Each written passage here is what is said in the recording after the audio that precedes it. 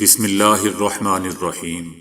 السلام علیکم دوستو، دنیا بھر کی خبروں میں آج آپ سنیں گے، لیکن اس سے پہلے اگر ہو سکے تو لائک اور سبسکرائب کا بٹن ضرور دبا لیں۔ شکریہ۔ امریکی صدر جو بائیڈن سمجھتے ہیں کہ اسرائیل میں خانہ جنگی نہیں چھڑے گی۔ سعودی عرب کے صوبہ عسیر میں بس الٹنے سے 20 عمرہ زائرین جان سے گئے۔ چپ چاپ انتخابات کروائیں، جنگ عظیم میں بھی انتخابات ہوئے تھے۔ Chief justice of Pakistan Joe Biden نے مرنے والوں کی بجائے آئس کریم کی باتیں شروع کر دیں، امریکی حیران۔ خطرات کے پیش نظر روس ہمسایہ ملک بیلاروس میں جوہری ہتھیار تعینات کر رہا ہے۔ وزیر اعظم شہباز شریف اسرائیلی وزیر اعظم نیتن یاہو کے نقش قدم پر۔ مودی سرکار نے الیکشن میں کامیابی کے بعد ریٹائرڈ فوجیوں سے بھی منہ موڑ لیا۔ بیوی کی وفات کے بعد کئی سال ننگے قدم رہنے والا برطانوی شہری۔ تو آئیے چلتے ہیں خبروں کی تفصیل کی جانب۔ وائٹ ہاؤس نے کہا ہے کہ امریکہ کو اسرائیل میں جاری بدامنی پر تشویش لاحق ہے، لیکن اسے یہ یقین نہیں کہ یہ بدامنی بے قابو ہو جائے گی۔ امریکہ عدالتی اصلاحات سے متعلق ان قوانین کے بارے میں فکر مند ہے جنہیں نیتن یاہو کی حکومت نافذ کرنے کی کوشش کر رہی ہے۔ تاہم حکومت میں چیک اینڈ بیلنس جمہوری معاشروں کو مضبوط کرتا ہے۔ وائٹ ہاؤس کی قومی سلامتی کونسل کے ترجمان جان کربی سے جب پوچھا گیا کہ کیا امریکی صدر جو بائیڈن کو اس بات پر تشویش لاحق ہے کہ اسرائیل میں تشدد سے خانہ جنگی کا خطرہ ہے، کربی نے جواب دیا کہ صدر کو اس بات کی کوئی تشویش نہیں ہے۔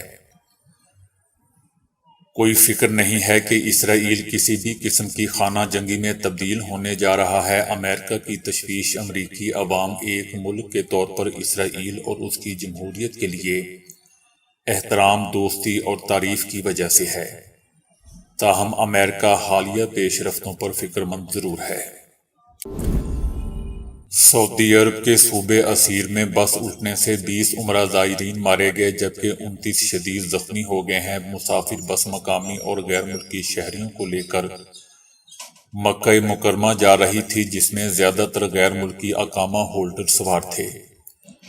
بس کو حادثہ بریک فیل ہونے کے باعث پیش آیا۔ حادثے کے بعد عسیر کے درہ شعار کو بند کر دیا گیا۔ سپریم کورٹ آف پاکستان نے الیکشن التوا کیس میں حکومت کی جانب سے فنڈز نہ ہونے اور تخریب کاری کے سبب انتخابات ملتوی کرنے کے موقف کو بالکل ہی مسترد کر دیا۔ چیف جسٹس نے کہا کہ تخریب کاری کا مسئلہ 90 سے ہے اور دوسری جنگ عظیم میں بھی انتخابات ہوئے تھے۔ درخواست پر سماعت چیف جسٹس عمر عطا بندیال کی سربراہی میں سپریم کورٹ کے 5 رکنی لارجر بینچ نے کی۔ چیف جسٹس نے سماعت کا آغاز کرتے ہوئے کہا کہ کارروائی کو لمبا نہیں کرنا چاہتے، پہلے اٹارنی جنرل کو سنیں گے۔ چیف جسٹس نے کہا کہ سادہ سا سوال ہے جو الیکشن کمیشن نے فیصلہ دیا ہے، کیا الیکشن کمیشن کے پاس ایسا اختیار تھا؟ الیکشن کمیشن تاریخ آگے کر سکتا ہے یا نہیں؟ اگر الیکشن کمیشن کا اختیار ہوا تو بات ختم ہو جائے گی۔ سیاسی درجہ حرارت اتنا زیادہ ہوگا تو مسائل بڑھیں گے۔ چیف جسٹس نے کہا کہ اس وقت سوال فیصلے کا نہیں، الیکشن کمیشن کے اختیار کا ہے۔ کیا 90 روز میں انتخابات کرانا آئینی تقاضا نہیں ہے؟ جمہوریت کے لیے انتخابات ضروری ہیں۔ چیف جسٹس نے اٹارنی جنرل سے مکالمہ کرتے ہوئے کہا کہ ٹیکنیکی بنیادوں پر معاملہ خراب نہ کریں۔ جسٹس اعجاز الاحسن نے کہا کہ الیکشن کمیشن کے پاس صرف 90 دن کے اندر شیڈول ایڈجسٹ کرنے کا اختیار ہے۔ الیکشن کمیشن بظاہر 90 دن سے تاخیر نہیں کر سکتا۔ عملی طور پر الیکشن 90 دن میں ممکن نہ ہو تو عدالت حکم دے سکتی ہے۔ انتخابات ممکن نہیں تو الیکشن کمیشن کو عدالت سے رجوع کرنا چاہیے تھا۔ الیکشن کمیشن از خود ایسا حکم جاری نہیں کر سکتا۔ الیکشن کمیشن 6 مہینے الیکشن آگے کر سکتا ہے تو 2 سال بھی آگے کر سکتا ہے۔ جسٹس اعجاز الاحسن نے کہا کہ جو مسائل آج ہیں وہ 8 اکتوبر کو کیسے نہیں ہوں گے۔ چیف جسٹس نے کہا کہ ایمرجنسی لگا کر ہی الیکشن ملتوی کیے جا سکتے ہیں۔ سماعت کے دوران عدالت میں ایبسولوٹلی ناٹ کا تذکرہ بھی ہوا۔ چیف جسٹس نے کہا کہ کیا الیکشن کمیشن کا فیصلہ ایمرجنسی نافذ کرنے کی بات کرتا ہے، جس پر وکیل علی ظفر نے جواب دیا، ایبسولوٹلی ناٹ۔ چیف جسٹس نے کہا کہ ایبسولوٹلی ناٹ تو آپ نے کسی اور کو کہا تھا، ہمیں نہیں۔ چیف جسٹس کے اس ریمارکس پر عدالت میں قہقہے لگ گئے۔ امریکی شہری جس وقت صدر جو بائیڈن کی سکول کے قتل عام کے بارے میں تقریر کا انتظار کر رہے تھے تو انہیں اس وقت شدید حیرانگی کا سامنا کرنا پڑا کہ جو بائیڈن نے غیر متوقع طور پر ہنستے ہوئے مسکراتے ہوئے اپنی آئس کریم سے محبت کا ذکر چھیڑ دیا۔ نیشویل سکول میں کم از کم 203 بچوں اور 3 بالغ افراد کو مار دیا گیا ہے۔ ویڈیو میں ہنستے ہوئے نظر آنے کے بعد جو بائیڈن کے متعلق سوشل میڈیا پر تنزیہ تبصرے آنا شروع ہو گئے۔ بہت سے لوگوں نے ان پر تکلیف دہ الفاظ سے حملہ کیا۔ ویڈیو سکرین کے نیچے لکھا تھا، جو بائیڈن نیشویل کے سکول میں ہونے والی ہلاکت خیز فائرنگ سے خطاب کر رہے ہیں۔ تاہم 80 سالہ امریکی صدر چاکلیٹ آئس کریم سے اپنی محبت کا تذکرہ کر کے حاضرین سے ہنسی مذاق میں مصروف ہیں۔ جو بائیڈن نے کہا کہ میرا نام جو بائیڈن ہے، میں ڈاکٹر جل بائیڈن کا شوہر ہوں اور مجھے چاکلیٹ آئس کریم بہت پسند ہے۔ میں یہاں اس لیے آیا ہوں کیونکہ میں نے سنا تھا کہ وہاں چاکلیٹ چپ آئس کریم ہے۔ ویسے میرے پاس ایک فریج ہے جو آئس کریم سے بھرا ہوا رہتا ہے۔ آپ کو لگتا ہے کہ میں مذاق کر رہا ہوں؟ نہیں، میں مذاق نہیں کر رہا۔ انہوں نے تمام طریقوں میں سے صرف آئس کریم کا ہی انتخاب کیا اور سکول کے واقعے کے متعلق کچھ بات نہیں کی، جس پر جو بائیڈن پر کڑی تنقید شروع ہوگی اور صارفین امریکہ کو درپیش بہت سے مسائل کا بھی تذکرہ شروع کر دیا اور کہا کہ ان بڑے مسائل کے دوران صدر کو آئس کریم سے اپنی محبت کے متعلق گفتگو کرنا ہی یاد رہا۔ ایک صارف نے لکھا کہ ڈزنی لینڈ میں 7,000 کارکنوں کو برطرف کیا جا رہا ہے، فیس بک 15,000 کارکنوں کو برطرف کر رہا ہے، ایمیزون 25,000 ملازمین کو خدا حافظ کہہ رہا ہے، ایک سے زیادہ بینک دیوالیہ ہو رہے ہیں۔ ایسے میں جو بائیڈن کی بات سنیے کہ میں تو آئس کریم کھاتا ہوں۔ تاہم دوستوں، بعد میں جو بائیڈن نے نیشویل کے ایک پرائمری سکول میں ہونے والی فائرنگ کو قابل نفرت بھی قرار دے دیا۔ روسی صدر پیوٹن نے یوکرین کو مغرب کی جانب سے ہتھیاروں کی فراہمی کو جنگ کو طول دینے کی کوشش قرار دیا ہے۔ صدر پیوٹن کا کہنا تھا کہ یوکرین کو بڑے پیمانے پر ہتھیاروں کی فراہمی روس کے لیے ایک بڑا خطرہ ہے اور اس طرح جنگ کی صورتحال مزید پیچیدہ ہو جائے گی۔ انہوں نے کہا کہ خطرات کے تدارک کے لیے روس اپنے ہمسایہ ملک بیلاروس میں ٹیکٹیکل جوہری ہتھیار تعینات کر رہا ہے۔ صدر پیوٹن نے واضح کیا کہ ٹیکٹیکل جوہری ہتھیاروں کی تعیناتی کا فیصلہ بیلاروس کے ساتھ ایک معاہدے کے تحت کیا گیا ہے اور اس اقدام سے اقوام متحدہ کی جوہری عدم پھیلاؤ کی قراردادوں کی خلاف ورزی نہیں ہوئی۔ ٹیکٹیکل جوہری ہتھیاروں کو نیوکلیئر وار ہیڈز کے مقابلے کے لیے تیار کیا گیا ہے۔ اس طرح کے جوہری ہتھیار تقریباً 500 سے 800 کلو ٹن ڈائنامائٹ کے برابر دھماکہ کرنے کی طاقت رکھتے ہیں اور بڑے پیمانے پر تباہی پھیلاتے ہیں۔ روسی حکام اور بعض مغربی ماہرین اور صحافی حلقے یوکرین کی جنگ کو مغرب اور روس کے درمیان پراکسی وار قرار دے رہے ہیں۔ روس نے بارہا کہا ہے کہ یوکرین کو مغربی ہتھیار بھیجنے سے تنازع مزید طول پکڑے گا اور اس کے غیر متوقع نتائج سے یورپ بھی محفوظ نہیں رہے گا۔ امریکہ نے پابندیوں کے ذریعے روس کے خلاف دباؤ میں اضافہ کر دیا ہے اور یوکرین کو ہر قسم کے ہلکے اور بھاری ہتھیار فراہم کر کے نہ صرف جنگ کے خاتمے کی جانب کوئی قدم نہیں اٹھایا ہے بلکہ جنگ کو مزید ہوا دینے کی کوشش کر رہا ہے۔ وزیر اعظم شہباز شریف نے چیف جسٹس کے اختیارات کم کرنے کے لیے قومی اسمبلی سے قانون سازی کا مطالبہ کر دیا اور کہا ہے کہ عدلیہ کے اندر سے اٹھنے والی آوازیں امید کی نئی کرن ہیں۔ انہوں نے کہا کہ ایک لاڈلا کسی عدالت کے سامنے پیش نہیں ہوتا اور اسے آنن فانن مختلف اداروں سے چھوٹ ملتی ہے۔ ایک خاتون جج کے بارے میں اس نے جو کہا، کسی نے اس کا نوٹس نہیں لیا۔ حقائق پر مبنی جو مقدمات بنے ہیں وہ پوری قوم کے سامنے ہیں۔ شہباز شریف نے کہا کہ جب ہم اپوزیشن میں تھے تو کس طرح اپوزیشن کے لوگوں پر جھوٹے مقدمات بنائے گئے، انہیں جیلوں میں بھیجا گیا، لیکن کسی نے نوٹس نہیں لیا۔ قوم کی ایک بیٹی کو، جس کو لوگ پیار سے نانی بھی کہتے ہیں، چاند رات کو گرفتار کیا گیا۔ قوم کی ایک نانی بیٹی جیل میں باپ سے ملنے جاتی ہے، اس کو گرفتار کر لیا جاتا ہے۔ ایک لاڈلے نے آئین کو ردی کی ٹوکری میں ڈال دیا ہے، اور لاڈلے نے اسی پارلیمنٹ میں دھاوا بول دیا تھا۔ اس لاڈلے اور اس کے حواریوں نے سپریم کورٹ کے دروازے پر گندے کپڑے لٹکائے ہوئے تھے۔ وزیر اعظم شہباز شریف نے کہا کہ بہت ہو گیا، قانون اپنا راستہ ضرور لے گا، ہم لاڈلے کو پاکستان سے کھیلنے کی اجازت نہیں دیں گے۔ فارن فنڈنگ ثبوت اسٹیٹ بینک نے دیے، عمران نیازی نے منی لانڈرنگ کی تھی، چیریٹی کا پیسہ عمران خان اور حواریوں کی جیبوں میں گیا، توشہ خانہ گھڑی کی رسیدیں دی گئیں مگر کوئی کارروائی نہیں ہوئی۔ تمام حقائق کے باوجود عدالتوں سے ضمانتیں دی جا رہی ہیں، اگر یہ انصاف ہے تو پاکستان کا اللہ ہی حافظ ہے۔ ہمارے ہاتھ باندھ کر عدالتوں میں کھڑا کیا جاتا تھا، ہمیں بتایا جائے اعلیٰ عدالتوں کے کتنے جج کرپشن میں نکالے گئے ہیں، جبکہ سیاستدانوں کے خلاف آنکھیں بند کر کے کیسز بن جاتے ہیں۔ دوستوں، ان سے کوئی پوچھو کہ عمران خان کے اوپر 96 کیس کس نے بنائے ہیں۔ بہرحال عمران خان توشہ خانہ کی گھڑیاں بیچتا رہا اور ان کی اہلیہ ہیرے جواہرات اکٹھی کرتی رہی، لیکن پھر بھی ایک شخص کے لیے صبح دوپہر رات عدالتیں کھلتی اور ضمانتیں ہوتی رہیں۔ ایک لاڈلا اس ملک کو بند گلی میں لے گیا ہے، ایسا دوستو وزیر اعظم شہباز شریف کا کہنا ہے۔ بھارت کی مودی سرکار نے ووٹ لینے کے بعد اپنے ریٹائرڈ فوجیوں سے بھی آنکھیں پھیر لی۔ وزیر اعظم نریندر مودی نے الیکشن سے پہلے ووٹ بٹورنے کے لیے سابق فوجیوں کو ایک رینک ایک پینشن کے سبز باغ دکھائے۔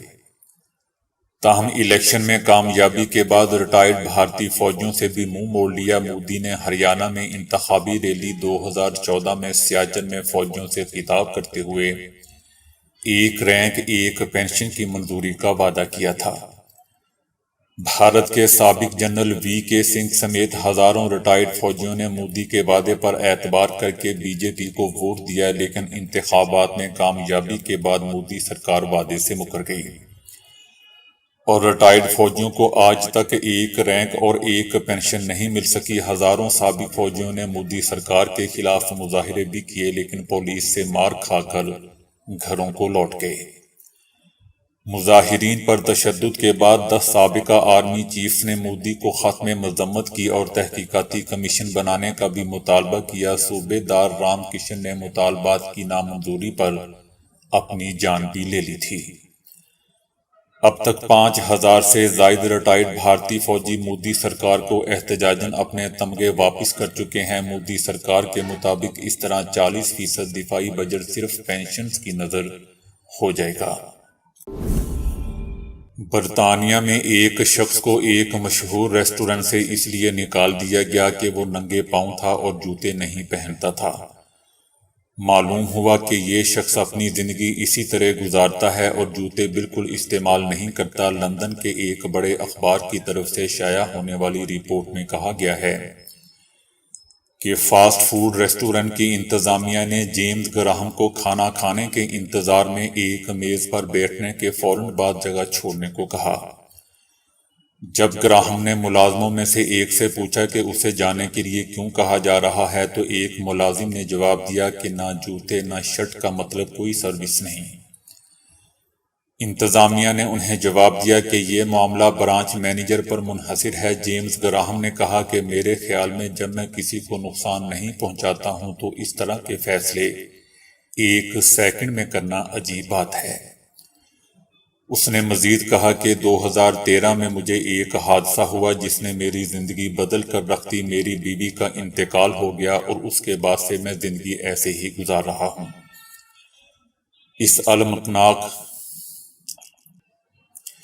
اس المناک واقعے کے بعد سے، جو کہ اپنی بیوی کی موت کے ساتھ ختم ہوا، جیمز نے 20 بار میراتھن میں ننگے پاؤں حصہ لیا۔ جیمز گراہم نے اعتراف کیا کہ اس کے ننگے پاؤں طرز زندگی دوسرے لوگوں کی طرف سے ملا جلا رد عمل پیدا کر رہی ہے۔ لکھنؤ ملی آباد کے 81 سالہ حاجی کلیم اللہ خان کو عام آدمی بھی کہا جاتا ہے، کیونکہ انہوں نے آم کے ایک درخت پر بیک وقت 300 الگ الگ اقسام کے آم اگا کر عالمی ریکارڈ قائم کیا ہوا ہے۔ اس کارنامے پر انہیں بھارتی حکومت کی جانب سے 2008 میں پدما شری اعزاز بھی دیا جا چکا ہے۔ حاجی کلیم اللہ خان بتاتے ہیں کہ 7 اقسام کے آم دینے والا ایک درخت وہ 1957 میں اس وقت اگا چکے تھے جب وہ خود 17 سال کے تھے۔ 7ویں جماعت میں بار بار فیل ہونے کے بعد اپنے باغ میں آموں کی کاشت سے کل وقتی طور پر وابستہ ہو چکے تھے۔ 1987 میں انہوں نے ایک بار پھر اپنے لٹکپن کے ادھورے منصوبے کو مکمل کرنے کی ٹھان لی، تاہم اب کی بار انہوں نے اپنے باغ میں آم کے ایسے درخت کا انتخاب کیا جو 100 سال پرانا اور بہت بڑا تھا۔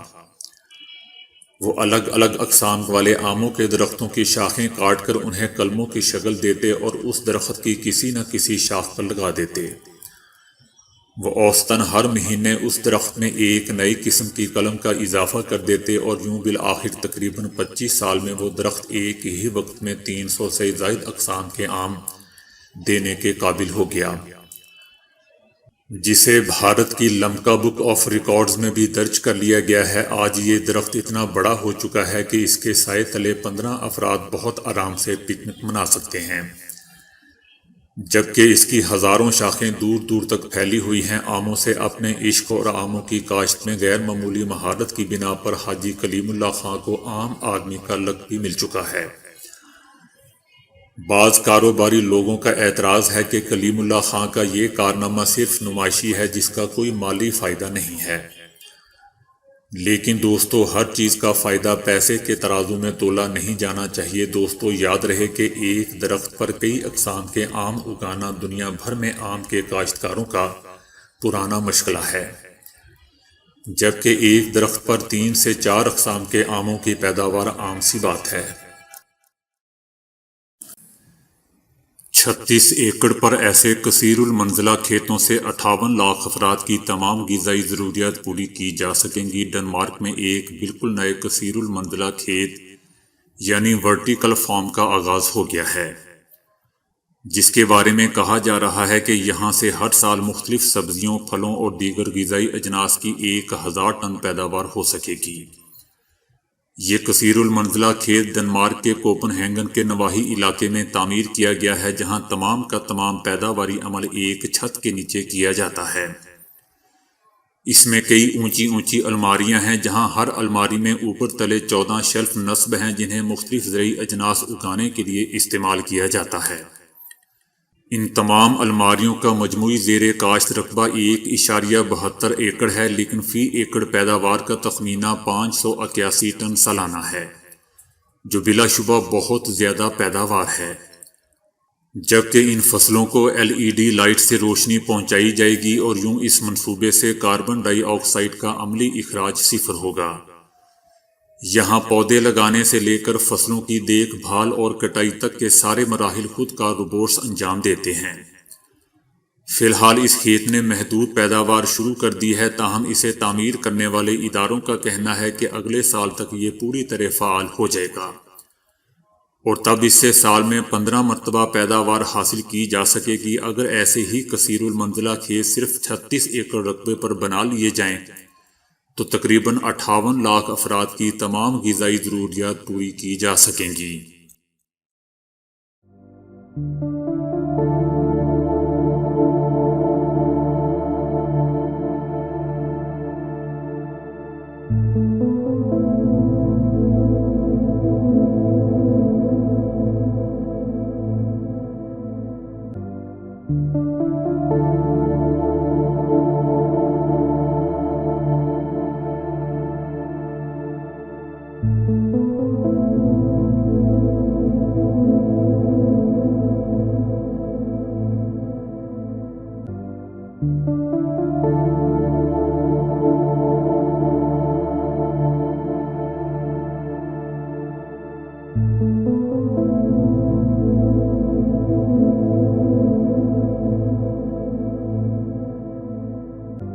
تو